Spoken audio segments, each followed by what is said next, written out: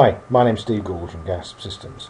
We'd like to try and show you how you can make some stunning ebooks for your customers in a simple and easy way. We're also going to show you some tips and tricks for more advanced ebook solutions, perhaps for your manuals that you would do externally from a lesson.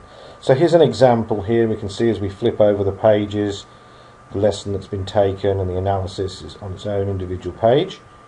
And then later on you can see that we've imported some bitmaps both from the Sandpot Lab and the KVest into each individual page, and then we have sections of that in the ebook also. So I hope you enjoy it. Thank you. Recording an internet lesson for the ebook could not be easier. All you need to do is hit this button here which says record to ebook page. It will bring us up to the database. You'll choose your student, select OK, and you'll notice that the internet lesson button starts to record. So everything you do, including any line drawing, any movement in the video, any audio, will be captured and will start to be pushed towards the ebook editor. If we select the internet lesson button again, we have an option to pause or to stop. So in this case we will stop, and that has sent that analysis to the ebook editor ready to be published. All we would then do is hit the bulk publish button, and all of the lessons from the day will be uploaded to the student's ebook. What could be easier? The efficiency graph that we have here on the screen in the KVest program out to a PDF. This is the way I prefer to do it, by right clicking on the report, selecting print efficiency summary, and then I've got Primo PDF, which is free to download installed, and then I select OK, and that exports as a PDF. You'll see here it comes up ready to save, so we'll hit create PDF, and then we're going to save it onto the desktop. Okay, so that's stage one. So we've really moved the efficiency report in KVest, and you can do the same with the swing summary. We've moved that out as a PDF onto our desktop, so we can then edit and convert into a bitmap in an external program later on. Okay, so here we are in Adobe Photoshop, one of the editors that you can use to convert your PDF to the correct size bitmap. In this example, to use any document to convert it into the right size eligible to use in our ebook system. So you can use Adobe Elements, which is a cheaper version of Adobe Photoshop, and you can also use GIMP, which we'll explain later. That's a free version, free software you can download from a shareware site. So here we go. I've gone already file and open, and I've got this picture, this summary open here that we want to convert.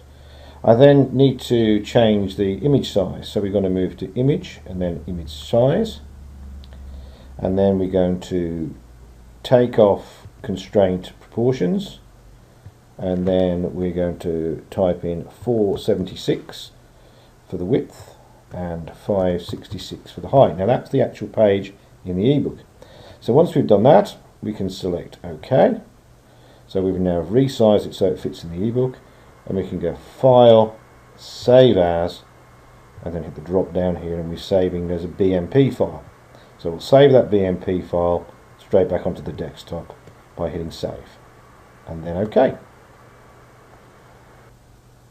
So this is how we do the same procedure of changing a PDF to the correct size bitmap for the ebook in GIMP, this free application that you can download from GIMP's website.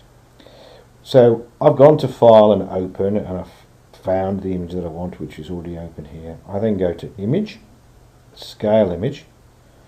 I hit the Unlock tag here next to the width and the height, and I type in exactly the same size. So that's 476 for the width, which is the width of the ebook page, and then we're going to go to 566, which is the height. We can now hit Scale, and as you can see we get a smaller picture, the correct size. So now we need to export it as a bitmap. So we would go to File, Save As. We would select Windows Bitmap here in the bottom. We've got the name exampleplayer.bmp at the top, and then we can select File Type by extension. We scroll down, and we should come across the BMP option here, and then we'll hit Save. We'll replace a file that we already have on the system, and then we hit the advanced option. We're going to leave it 24-bit, and then we're going to hit Save again, and that's it. So I've used the free program here from GIMP to do exactly the same as we've done in Photoshop, and that's now produced an image for us in a bitmap exactly the same size as the background page in the ebook system. So now we need to show. Right, so now we've converted the PDF from the KVS report and we've moved it and resized it into a bitmap format so it works, and you can import it then into the ebook editor. You'll see here I've already got an ebook open from one of our customers, and you can see the front page. There's already some pages in the ebook here, a swing analysis here and here, and then a SAM plot lab report, which we did exactly the same thing with by converting their PDF report into a bitmap and importing in. That's the second page of that report, and then we already have one KVest report in here. So we're going to add a page. You'll notice that the automatic background that you perhaps already have will load up. We hit this button here, which will allow us to switch that image off, and then we select it again. We find the bitmap that we want to import, and this is one of the ones that we did earlier on, and then we select open, and hey presto, it appears straight on the page. We can hit save and then publish, and that's a great way to get any PDF to change to a bitmap and to put it into somebody's report. Okay, so here's a faster option that we can really take a screenshot. In Windows there's a tool called the snipping tool. So here he is here, and if we select new, we're able to take a section of the screen, for instance this graph here, and then we can save that, and we're just going to call that KVest graph. It's not quite as good a quality, we'll explain why a little bit later. So the image that we used and saved with the snipping tool, here it is opened up in Photoshop, and we can do the same in GIMP. If we go to image and then image size, and then we make sure we've got constrained proportions ticked, and then the top width. Now the ebook page is actually 466 pixels wide, and then we have the border around on our normal inner page cover, so we really want to make the width here 400. So we're going to hit 400 there, and we're going to select OK, and then file and save, and then OK. So we've now saved this file as a 400 pixel wide image, and you can still see it's pretty good quality. Right, so we're back with the ebook. We're going to really look at the differences between using the snipping tool and just simply pasting into the page by using the copy rather than saving the file, and also what it looks like if we've resized. So we're going to add another page.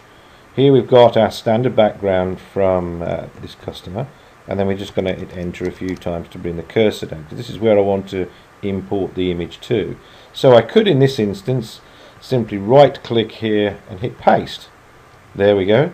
We've gone from the snipping tool, we've hit copy rather than save, and it's now pasted this into the ebook system. A really fast and efficient way of doing it. But you do see some issues with some of the text, as it's not as visible as well as it is when we change it in a bitmap, as you can see there.